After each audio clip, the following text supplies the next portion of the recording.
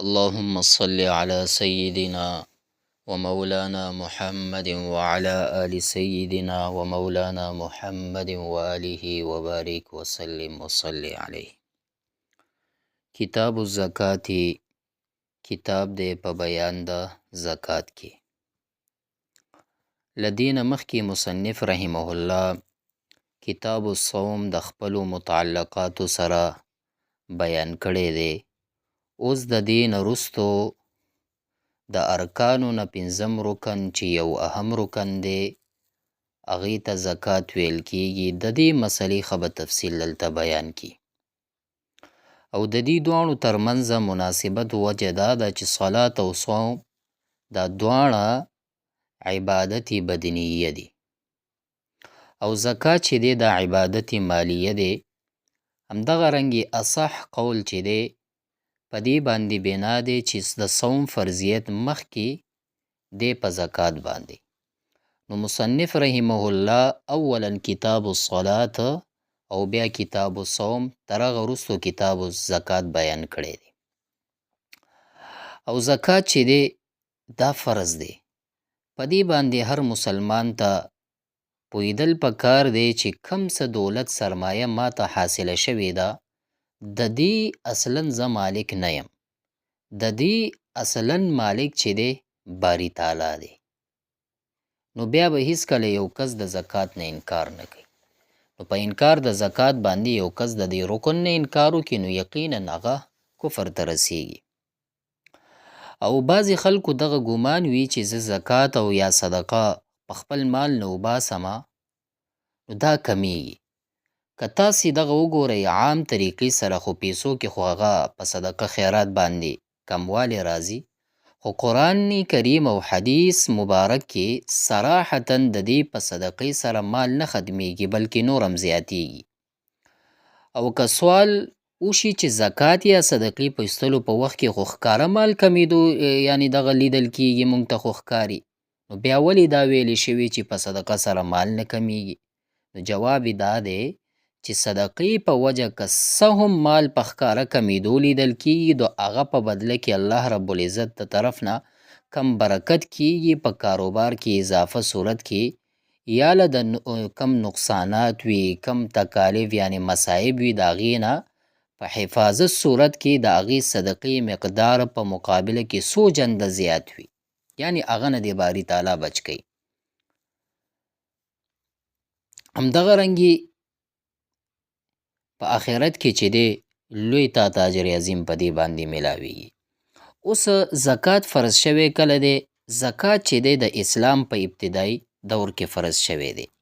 یعنی صورت مزمل کې چې کله ابتدایي صورتونو نه دی نو په هغه کې په آخره کې تاسو وګورئ د زکات په باره کې الله رب العزت فرمایي واقیموا الصلاة وآتوا الزکات. او زکات تفصیل نازل شوی دی. صحابو پوښتنه وکړه یعنی دا کله نازل شوی؟ د مکې په دور کې چې یسألونک ماذا ینفقون قل العفو. خلک د ستاسو نه پوښتنه کوي چې څه خرج کړي، هغې ته ووایه چې د خپل ضرورت نه زیاته څه تاسو هغه خرج کوئ. اوس د ډیر تفصیل نه کوو، یو بعضې یو څو خبرې زه تاسو ته ذکر کوم. د زکات سبب د داسې نصاب مالک کیدل دي چې په هغه باندې یو کال تیر شوی وي او هغه مال چې دی د انسان د قرض پوره کي او هغې نه پس ضرورت یې نه وي نو په هغه کې دې ټول نه فارغ شي نو بیا به په دې کې دا زکات وباسي. او حکم یې څه شی دی؟ نو د زکات حکم چې دی هغه فرض دی. ټول امت په دې باندې متفق دی. کم څوک چې د زکات د فرضیت نه انکار کوي په هغه باندې به د کفر فتوه لګیږي یا کافر کیږي یقینا. اوس زکات لغوي او اصطلاحي معنا، زکات چې د خپل اصل چې دی هغه لغوي یعنی په اعتبار سره په څو معناګانو باندې استعمالي، کله نه کله په پاکوالي په معنا سره راځي لکه قد افلح من تزکا، بېشکه کامیاب دی هغه څوک چې پاکي حاصله کړې وي، او کله په وده کولو سره یعنی زیاتېدو په معنا باندې راځي، او کله دا لفظ د صدقې او خیرات کولو په معنا سره راځي لکه تذکر الرجل ای تصدق الرجل یعنی سړي صدقه وکړه. بهرحال ډېر معناګانې راځي، خو دا خو لغوي معناګانې ما تاسو ته وکړه او اصطلاحي معنا چې ده د زکات مصنف رحمه الله خپله په دې عبارت سره کړی چې تاسې وګورئ. دلته فرمایي چې هي تملیک مال مخصوص لشخص مخصوص. دا په ملک کې ورکول دي، یعنی دا زکات په ملک کې ورکول دي د مخصوص مال مخصوص کس ته. یعنی کم مقدار، یعنی کم، یعنی مال مخصوص چې کم مقدار د زکات د مال نصاب نه ورکړی شي هغه ته مال مخصوصه، نو هغه ته وایي. څومره اسانه ده. نو دلته فرمایي چې هي تملیک مال مخصوص لشخص مخصوص. دا زکات په ملک کې ورکول دي، یعنی ته به مالک جوړې د مخصوص مال مخصوص کس. یعنی یو مخصوص مال چې دی په کم کې زکات وتی، یو مخصوص کس یعنی فقیر یا داسې بل مستحق د مال یو خاص مقدار مالک جوړول، دې ته به ته ورکې. نو په دې عبارت کې د زکات اصطلاحي تعریف مصنف رحمه الله مونږ تاسو ته بیان کړي چې شریعت په اصطلاح کې زکات معنا ده د خپل مال یو خاص مقدار، یعنی کم مقدار چې شریعت د طرف نه مقرر دی، دا خاص د الله جل شانه د رضا د پاره بېله څه عوضه یو مخصوص کس ته ورکول، د هغه په ملکیت کې ورکول، مالک یې جوړول، یعنی فقیر او غریب ته او غیر سید ته. یعنی چې د کم مال باندې یو کال تیر شي هغه د نصاب په اندازه وي، نو د هغې نه به 40مه حصه داسې مسلمان کس ته په ملکیت کې ورکول، مالک یې جوړول، کم چې فقیر وي، هاشمي یا د هاشمي د طرف نه آزاد کړی شوی نه وي، نو د الله رب العزت د حکم پوره کولو په نیت سره دا ورکي، نو دې ته زکات ویل کیږي. ښه، اوس دلته به یو مسله زه تاسو ته بیان کم. ضمناً بعضې خلک چې دی هغوی دا ګمان کوي یا د شعبان یا د رمضان دا د زکات میاشت ده. نه، زکات چې دی ګورئ تاسو به کله وباسئ چې کله یو انسان ته پوه شوې چې نن ورځ، یعنی که رمضان دی که کم ورځ ده، صاحب نصاب شوې، یعنی ته اوس زکات ورکې، نو همدغه وخت به شمارل کېږي، بل کال به دغه وخت بیا به ته پیسې شماري چې څومره یې زکات به ته وباسي. دې لپاره څه خاص میاشت مقرر نه ده. نو بعضې دغه ګمانونه کوي، خو داسې صحیح نه ده. ښه، نو اوس دلته خو دا بیان که تعریف خو یې وکړه، نو اوس دلته فرمایي چې فرضت على حر مسلم مکلف مالک لنصاب من نقد. یعنی فرضت فرض کړی شوی دی زکات علی حر په آزاد مسلم مسلمان مکلف باندې، مالکن مالک وی، لنصاب د نصاب، من نقد د نقد، یعنی د نقد مال نصاب مالک وی. نو فرضت، نو دلته د زکات فرضیت شرایط بیانوي. فرضت على حر مسلم مکلف مالک لنصاب من نقد، یعنی فرض کړی شوی دی زکات په آزاد مسلمان مکلف کس باندې کم چې د نقد مال نصاب مالک وي. ولو تبرن، اگر کا ټوټې وي، یعنی که څه هم هغه نقد مال د سرو د سپینو زرو ټوټې وي، تبرن نه مراد دغه دی.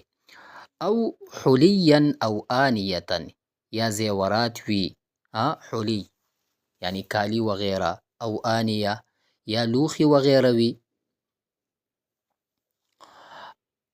او ما یساوي قیمته من عروض تجارت، یا د تجارت نه وي، یعنی داسې شی، داسې سامان وي کم چې نصاب قیمت سره برابر وي، خو دې سره سره فارغ عن الدین وعن حاجة الاصلیه، چې د قرض او د دله ضرورت اصلی نه فارغ وي.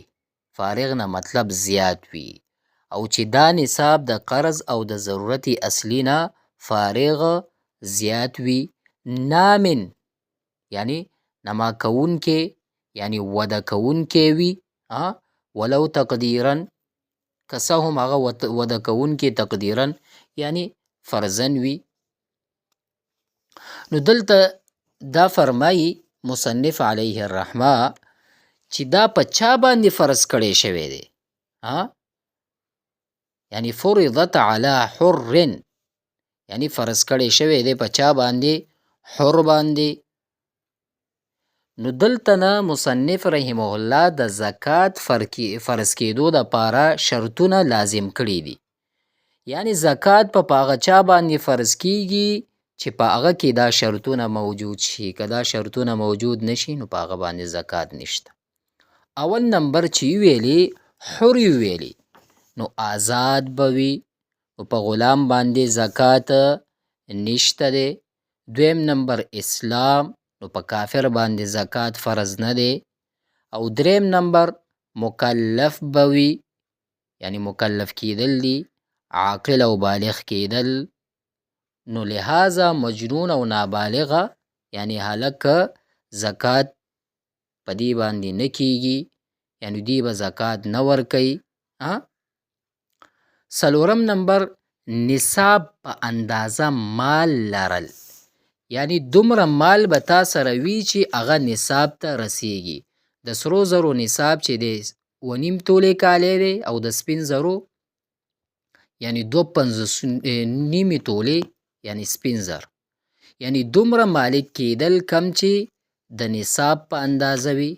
د شریعت د زکات یو نصاب مقرر کړی دی چې ما تاسو ته بیان که چې چا سره هغه نصاب موجود وي په هغه باندې زکات څه شی کیږي؟ فرض کیږي. نو هغه د نصاب د سرو زرو په حساب سره به 2.5 تولې او د سپین زرو په لحاظ سره چې دی هغه 2.5 تولې دغه راځي. او بیا یې دا وفرمیل چې نامن ولو تقدیرا، یعنی یو شرط دی دا دی چې دا مال به وده کوونکی وي، یعنی وده مطلب زیاتیدونکی وي. اوس برابره خبره ده دا زیاتیدونکی حقیقتا یعنی وده کوونکی وي، لکه تجارت مال، څارویان، یعنی کم څاروي چې د دې رمه دا بچیان چې کله زیږوي نو دا زیاتیږي. یا تقدیرا وده کوونکی وي لکه سره زر شو، سپین زر شو، نو په دې کې پیدایشي یعنی وده شته دی، ځکه چې سره او سپین زر د اسلام د تجارت او کاروبار ذریعه ګرځولې ده. نو اوس برابره خبره ده چې د دې نه یو شی یعنی زیور جوړ شي، کالی جوړ شوی وي او که نه وي. اوس برابره خبره د تجارت نیت یې پکې کړی وي او که نه وي کړی، هغه نامي وي یعنی وده کوونکی دی. نو په دوی کې په هر حال کې زکات فرض دی. او که مال وده کوونکی نه وي، نه حقیقتا نه تقدیرا، نو په هغه کې یعنی د ضرورت نه زیات وي نو په هغه کې زکات نشته. لکه یو څه زیات یعنی ځایونه یا استعمال یعنی ګاډي ماډي وغیره وي، نو په دې کې چې دی بیا زکات نه واجبیږي. اوس دلته مصنف رحمه الله د زکات په مال باندې کال تیریدل دلته شرط ګڼي. دا شرط دی. او په منځ کې اضافه شوی مال باندې به یعنی دغه مال چې دی په نصاب کې شاملیږي. نو دلته فرمایي چې وشرط وجوب ادائها حولان الحول، کال تیریدل علی النصاب الاصلي، په اصلي نصاب باندې. یعنی د زکات ادا کولو ورکولو د واجبېدو شرط دا دی چې یعنی پوره کال تیریدل دی په اصلي نصاب باندې. نو په اصلي نصاب باندې یو کال تیر شه نو ته به څه شی کې بیا به زکات ورکې. کال نه وي تیر شوی نو په تا باندې واجب نه دی دا زکات ورکول. اگر که مخکې به مسله راشي چې مخکې دې ورکه صحیح کیږي هم چې 2 کالو یو ځای دې ورکه، یعنی 1000 روپۍ زکات کېده 2000 دې ورکه. او که بیا بل کال راتله نو ته بیا مال شمارې، مال به شمارې که د همدغه عمره ستا زیاتې و چې تا تیر کال په تا باندې 1000 روپۍ زکات کېده، تا 2000 ورکړي وو، د راتلونکي کال نو بیا به شمارې دغه نور چې وي دا نور به بیا ادا کړې. په هر حال خدا خو ضمناً ما خبره وکړه. و اما المستفاد فی اثناء الحول، او کم چې کال په منځ کې حاصل شوی وي، یعنی اضافه فی اثناء الحول، د کال په منځ کې حاصل شوي یعنی اضافه شوی مال دی، نو هغه به څه شی کولی شي؟ فیضم الی مجانسه، نو هغه په خپل همجنس مال سره یوځای کول کیږي، ضم کول کیږي به، دغه به ورسره څه شی کې؟ دا به هم ورسره یوځای کې. ویزکا بتمام الحول الاصلي، او د اصلي کال په پوره کېدو یعنی د ختمېدو به ټول مال زکات ورکول کیږي. یعنی چې کال پوره شو، دا څومره چې مال زیات شوی دی نو دا به د همجنس سره یوځای کې دغې ټولو نه به څه شی ورکې؟ ته به زکات ورکې. اوس دغه مال زیاتېدو دپاره یو څو دلته دغه بیانوي چې په څو طریقو سره دغه مال زیاتېږي. سواء برابره خبره ده استفید بتجارت، چې هغه یعنی حاصل شوی وي مال څه شي سره؟ بتجارت، په تجارت سره حاصل شوی وي، او میراث، یا په میراث او غیره، یا په بل کم ذریعې سره یعنی حبه، صدقه وغیره سره. نو که په هر صورت سره و نو ته به څه شی کې؟ دا به د همجنس سره یوځای کې هغه سره، نو هغه به بیا ټول شمارل کیږي، په هغه کې به زکات ستل کیږي. نو صورت د مسلې دا دی چې زکات د فرضیت خو همهغه وخت نه کیږي کله چې انسان د نصاب مالک شي، نو د هغې ادا کول ورکول هغه وخت فرض کیږي چې کله کال څه شی شي؟ پوره شي. فیضم الی مجانسه، یعنی کم مال چې د کال په منځ کې ورته حاصل شي نو هغه به د خپل جنس سره یوځای کول کیږي. په اول مال باندې د کال تیریدو نه وروستو دا نوی مال چې دی یعنی اضافه شوی مال د هغه اول مال سره به ټول یوځای کړل شي، یعنی د یو بل سره به ګډ کړی شي، نو زکات به د دې نه ادا کول کیږي.